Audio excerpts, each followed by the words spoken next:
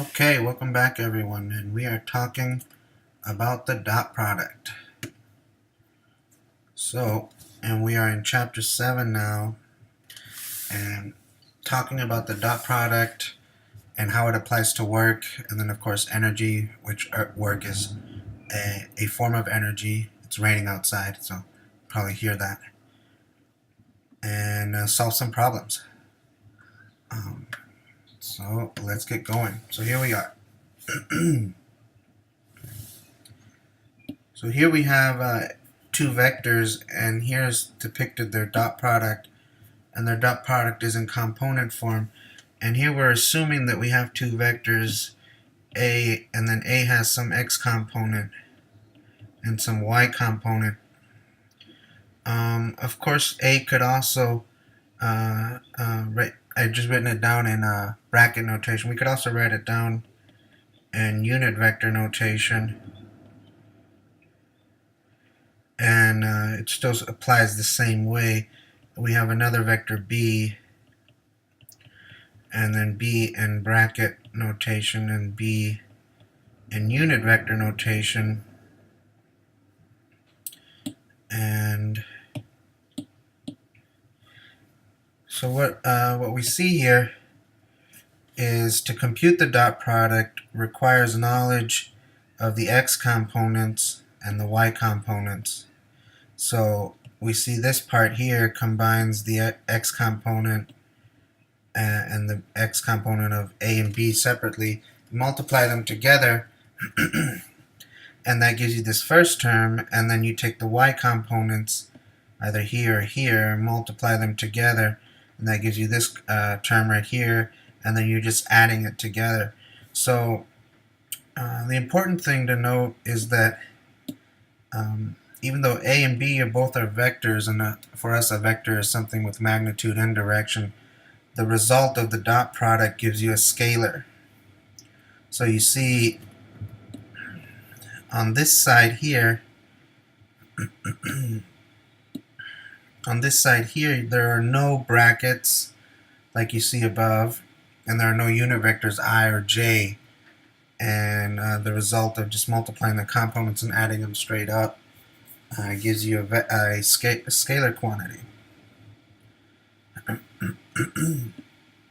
The other way of computing the dot product involves taking the magnitudes of each vector, and the magnitude of each vector is given down here, and then multiplying by the cosine of the angle between the two vectors here. Okay, so we should keep in mind that these two definitions here, these two definitions are the same. In other words, if I have A dot B,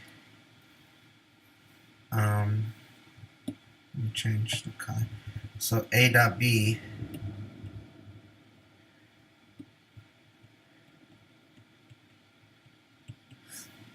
that is always going to be AX BX plus AY BY, or that is also equal to the mag A mag B cosine of the angle between them.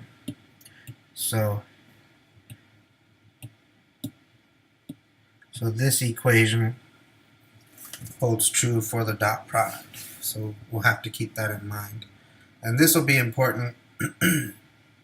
So this form of the equation is important, especially when you're trying to compute the angle between two given vectors. That'll be an application that we'll see when we did that in class exercise already. Now, why is this important for energy? So in class we talked about work. So work is defined as the energy content of a force applied over some distance, delta r. And so work is a scalar since it's a dot product, and the units for work are the product here. We have newtons for force, and then meters for distance. So my unit is Newton meter, and that's also called a joule. Okay, and then in component notation, most of the time we'll be focused on one or two dimensional motion or work force dot work. And so you'll have the x component of force times the x displacement and so forth, y component of force times the y component of displacement, summing them up. So here are just some general definitions that we've seen in class already. If we're just dealing with one-dimensional motion, then we can always put that motion along the x-axis or just along the y-axis, and then you'll just get a simple form for work. The x component of force times that distance. Now, if we're only given the magnitude of the force at some angle, then of course we have to take the cosine of that angle times the change in distance. Now, there's something called a net work, which is just the sum of all the works of each individual force, or the net force times the net displacement. And so in class we had done this example of a sled being pulled by a person over some distance here, delta x. Of course, we can set delta x not to 0, so then delta x would just be 0, not 0, x. And then in this case we had the sled of mass 6.35 kilograms hits a patch of ice and is accelerating at 3.9 meters per second squared. Okay, so this person is pulling the sled and over some patch of ice, and that patch of ice is exactly 5 meters long along the x-axis. The tension in the rope is 10.6 newtons, and the rope makes an angle of 30 degrees with respect to the horizontal.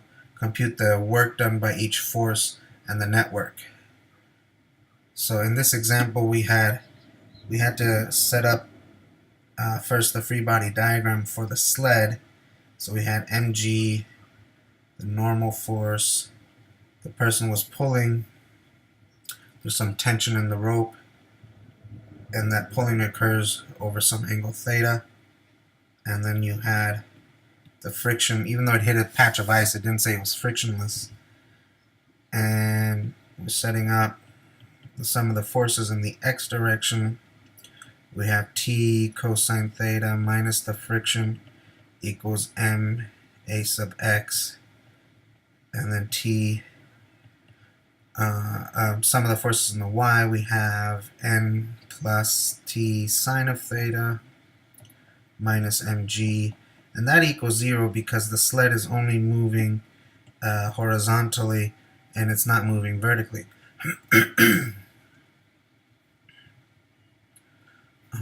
But now let's compute the work, and so the work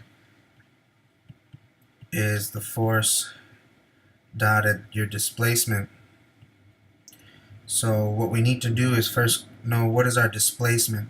So the problem said that we were moving 5 meters in the x direction and no meters in the y direction. So this should be 5 meters, comma 0. And then we can set up the force vectors for, let's start with gravity. So if we examine the y sum of the forces in the x and the y, we see we get right here minus mg. So we have a minus mg in the y, and then in the x there's no gravitational force contribution. There's no mg that pops up in the x direction. So we know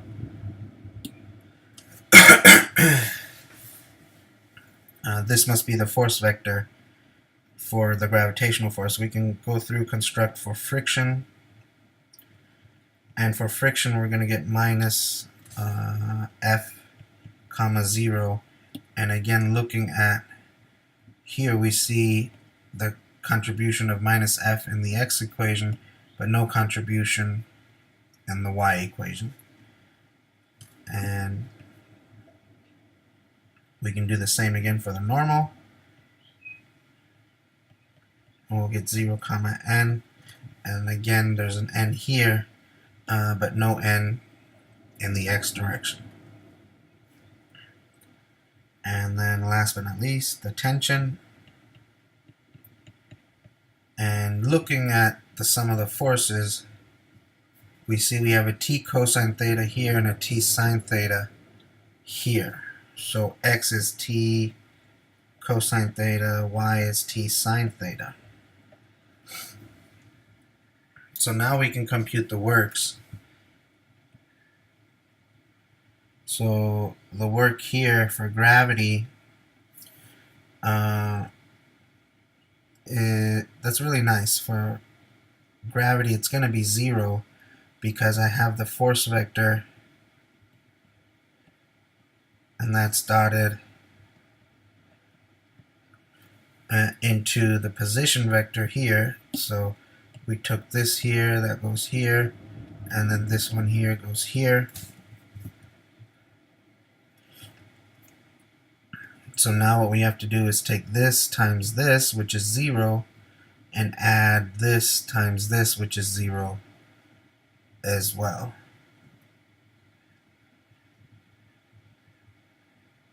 So that's nice.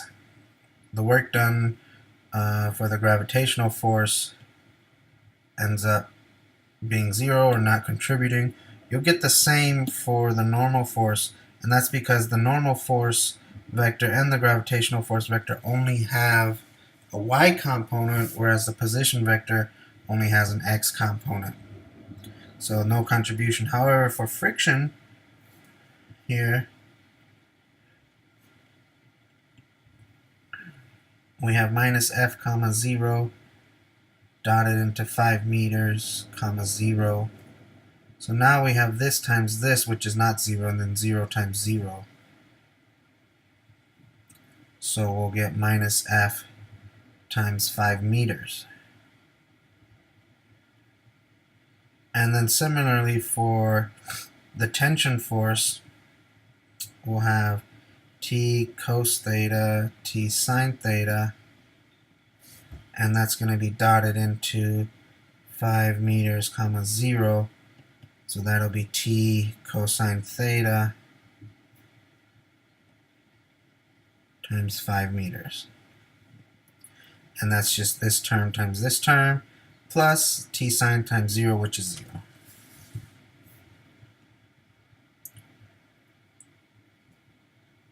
So this gives us an overall answer. If we're looking for the network, we'll get the gravitational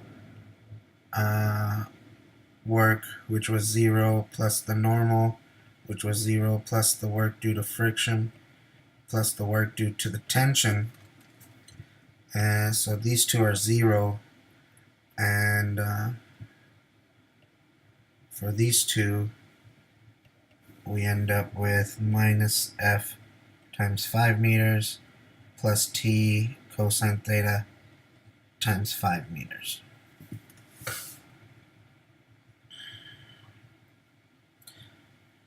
So we can look at, here we have the full solution right here to what we just did. So we had our tension vector, our friction vector, the work due to tension, and then plugging in the numbers, you get 45.9 joules. And then for the friction, this is what the friction force ends up being. And why is that the friction force? It comes from here, and solving for f sub k, you get t cosine theta minus ma. But of course there was an overall negative sign here, so you get max minus t cosine theta, plugging in those numbers, and gives you this number here, so you can double check that. And then adding these two together down here gives you 12.4 joules. Now on this slide you see the same problem worked out, except we just looked at the net force right here. So the net force is just the vector right here, the x component and the y component. Then you dot that into the position vector here, so you get this sum.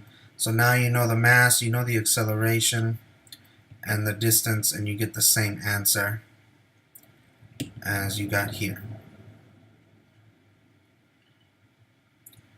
So that's quickly on using dot products in work. Let's look at, well, here we have two problems, and they're both very similar. So let's look at this first problem, problem 3, I guess. A small cart with a 5 kilogram mass is sliding down a frictionless surface inclined at 26 degrees. It starts at a height of 10 meters, so this height here is 10 meters, and ends at the bottom of the incline. Find the net work done on the crate. And then there's a hint: draw a free body diagram, put the x-axis along the inclined surface, as usual, yada yada yada yada. Okay. So, on this problem, the box is sliding down an incline.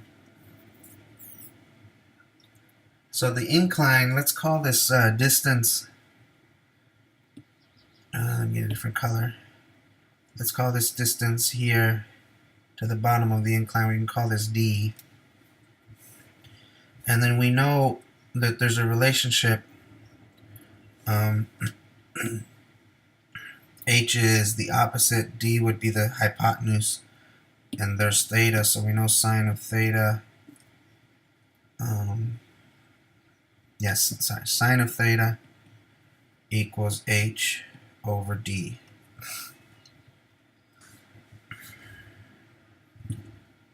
And so that tells us that if I wanted to know what D was, I would say H over sine theta is the distance the crate slides down. And it's frictionless, so we don't need to worry about that. If we draw a free body diagram for the crate, we have the mass times G pulling down, the normal force at an angle, and that's it, because it's frictionless and there's no attachments or anything. So we know down the incline is mg sine theta, and opposing the normal force would be mg cosine of theta. So that would give us a sum of the forces in the x as, not minus, because what we would also do is place our coordinate system as such so that down the incline is positive x, so we get mg sine of theta equals m a sub x, and then sum of the forces in the y, we get the normal minus mg cosine theta, and that equals 0 because it's not moving off the incline.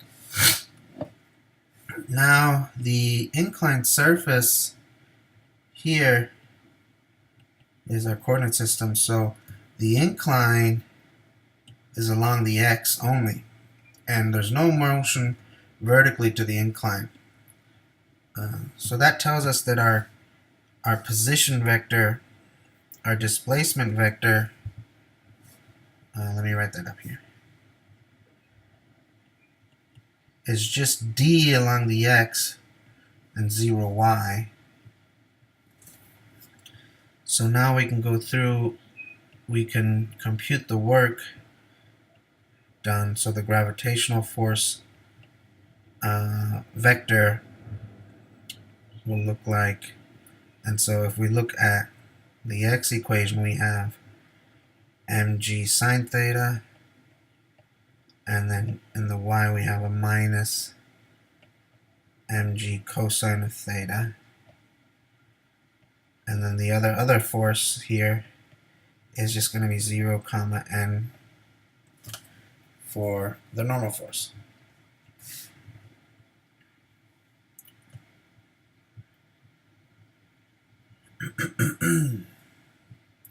Looks like I'm out of pages.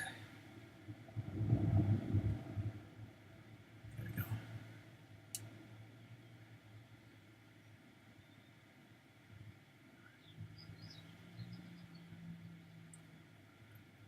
Not what I wanted to copy. Let me copy this one. There we go. Paste.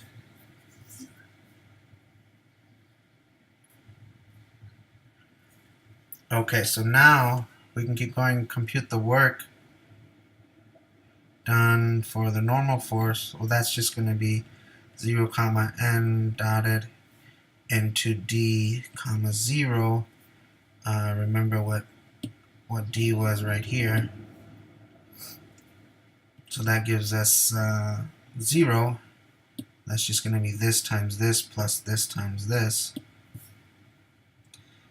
And then the work done by gravity, which is mg sine theta minus mg cosine theta dot into d comma 0. So that's going to be d mg sine theta. And so that's just this term times this minus this term times this, or plus the minus sign is already built in. So, and yes, there we go. So the work, the total work or net work will be 0 plus WMG, which is mg, write the d here, sine theta. Keep in mind what we had over here for d, which was h over sine theta. So we have here mg h over sine theta times sine of theta, which then cancels, so we get mg h. Now this is a peculiar, interesting result because it's basically saying that the work done here is equivalent to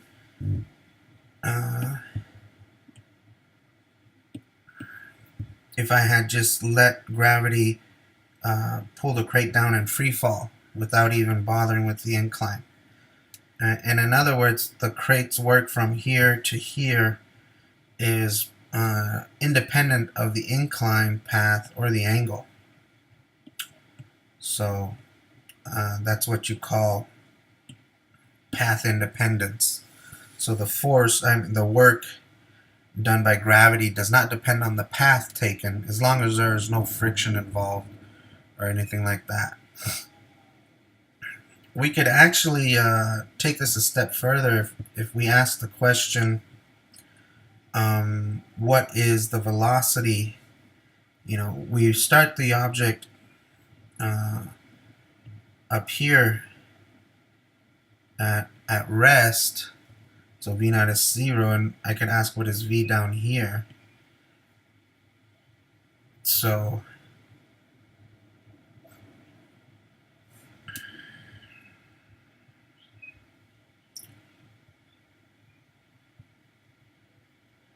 in other words, we have an object here at some height h, and it's going down the incline here. There's some inclination angle here. The crate here starts up here, slides down, so here v naught is 0. We let it slide down the incline from rest. It reaches the bottom here, and then it's not a knot, that's just the final velocity at the bottom of the crate. What is that? So we can look at the sum of the forces right here. So the sum of the forces in the x tells us mg sine theta equals max, right? And so we know this is x, y. So mg sine of theta equals ma sub x. So the acceleration along the incline is g sine theta.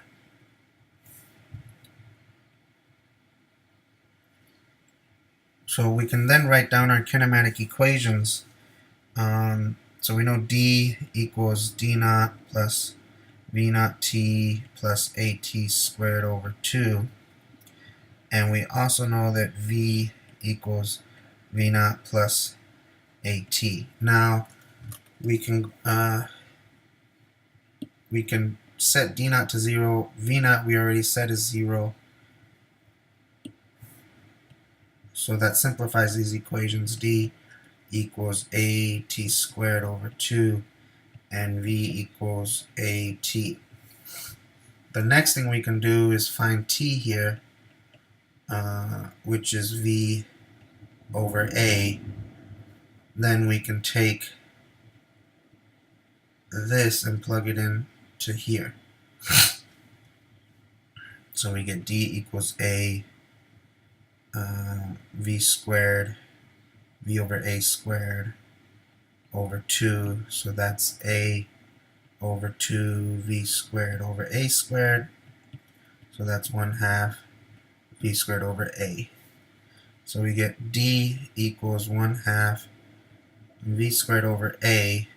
And I want to rewrite this as A, doesn't look like an A times D equals 1/2 V squared. And take a look at these two here. I know A is G sine theta, and I know D is H over sine theta. So I get G sine of theta times H over sine of theta equals 1/2 V squared. So I get G, since these cancel, GH equals 1/2 V squared.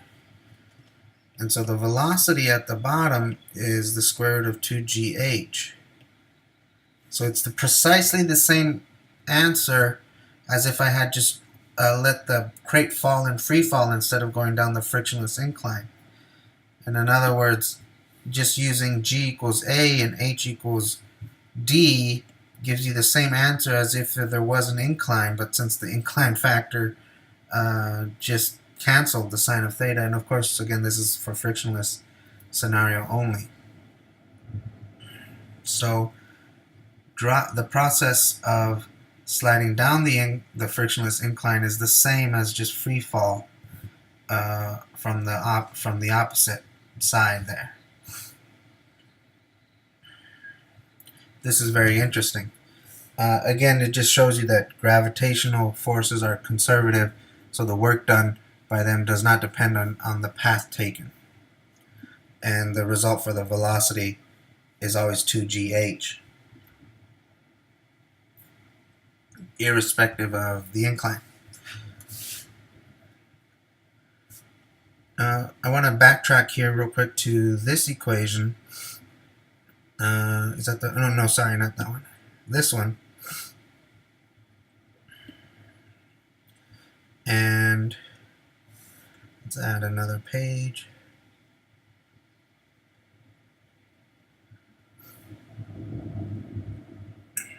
So we had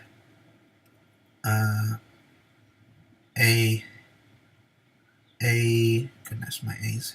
AD equals 1/2 V squared, which resulted into GH equals 1/2 V squared. Now what I want to do is just multiply through by mass on both sides. So I have mass GH equals 1/2 mass V squared. And I haven't done anything wrong, but what I've done here is I've introduced the work. And if you look again up here when we computed work, the result of the work done by gravity was just mgh. And this equation is an interesting result because it says on the left side I have work done by gravity, mgh. On the right side I have something that must have the same units as energy, since the left side is energy, mgh. So that's Newton meters or joules.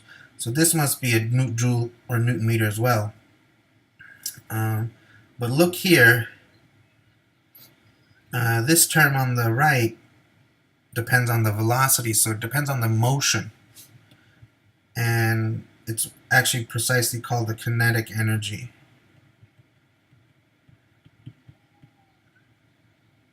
Kinetic energy. And we did set, or we did say that this crate was starting from rest.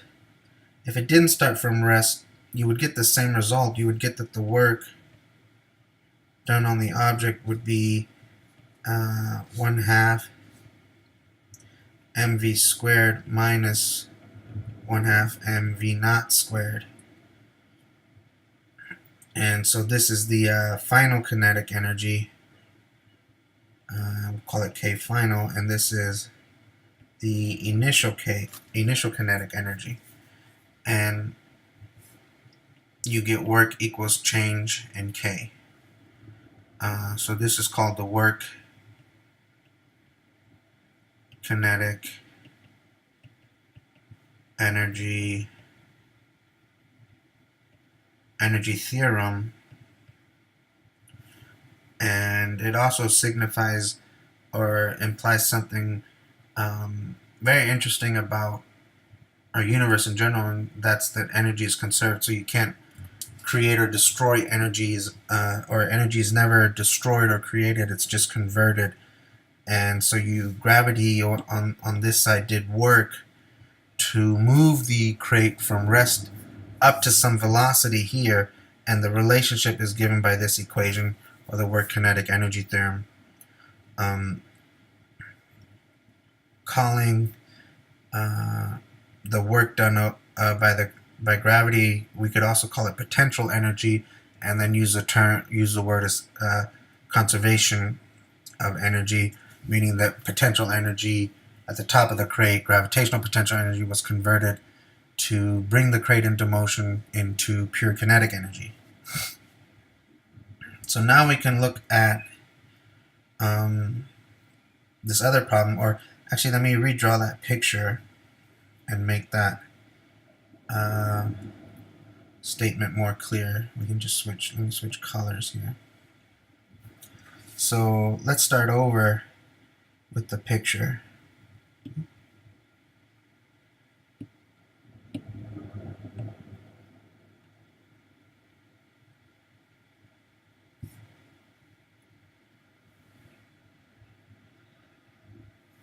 So here's the incline at some theta h here, and we have the crate, and in fact you'll be doing this in lab as well. So here's the crate. Now at the top of the crate you have again the same free body diagram. Here we have gravity, the normal,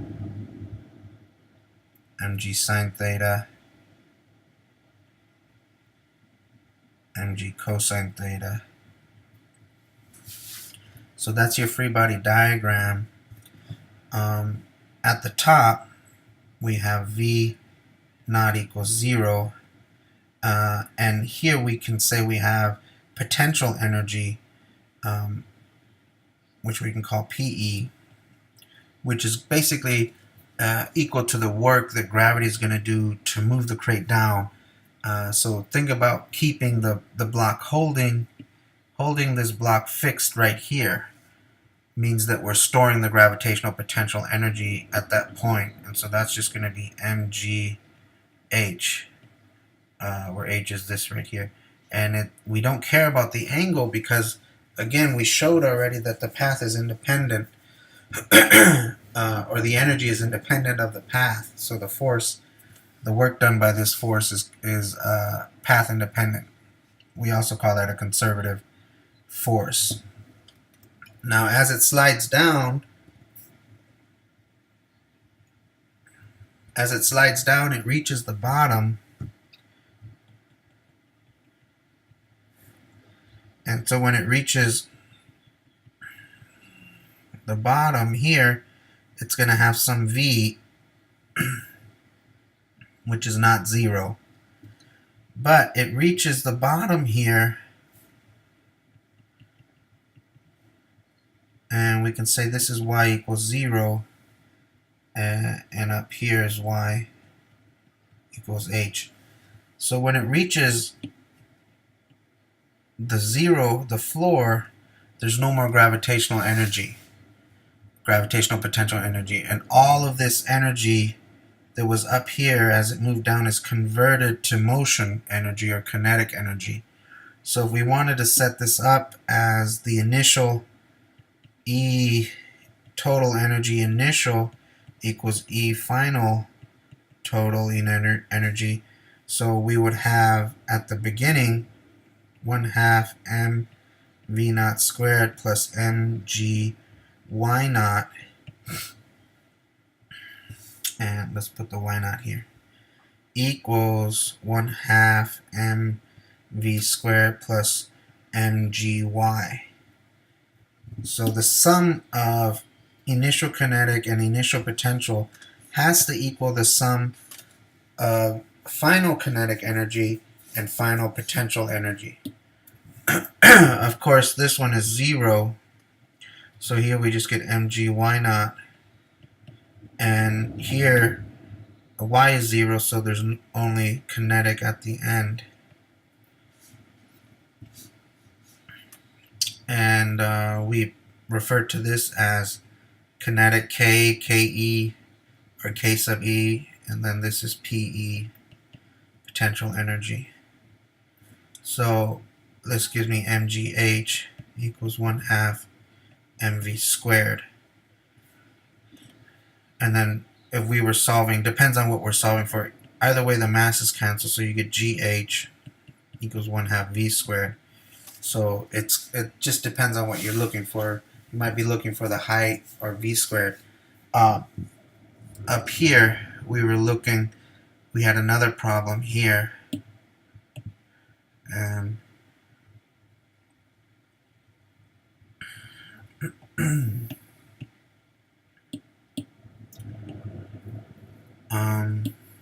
So here we had a ball's displacement delta y is equal to its final height, y here, equals its final height h, has a mass 145 grams. It pops up at initial speed 21.4 meters per second, and the question here is how high does it reach, y equals h, if it's popping up at this initial velocity. So this is a great opportunity to invoke the initial energy equals the final energy. So 1/2 m v naught squared plus m g y naught equals 1/2 m v squared plus m g y. Now we have y naught equals 0, but v naught is not 0, so this term is gone. And then up here we have y is not 0, but at the maximum height, that's when the ball comes to a rest or standstill. So that's when this term goes away, and we get mgy equals 1/2 m v naught squared. So this is an example where we're solving for y. So you get y equals v naught squared over 2g. So this is going to be y equals 21.4 squared over 2 times 9.8. And we could have done this problem using kinematic equations, but what we'll see here, I get 21, and that's meters per second squared. But you see that excuse me, using this conservation of energy business really drastically made this problem much easier and quicker to arrive at the answer to. So you get an answer of 22.5 meters.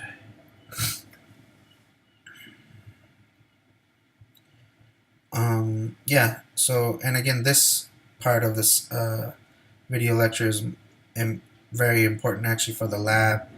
In lab for acceleration and energy and conservation of momentum, you're going to be, for the first part, looking at a cart moving down a track, which is essentially frictionless. So you'll need to know this equation. Your initial questions involve this, and understanding the initial and final energy states. So yeah, we'll continue our discussion on energy and add springs and solve some more problems later on.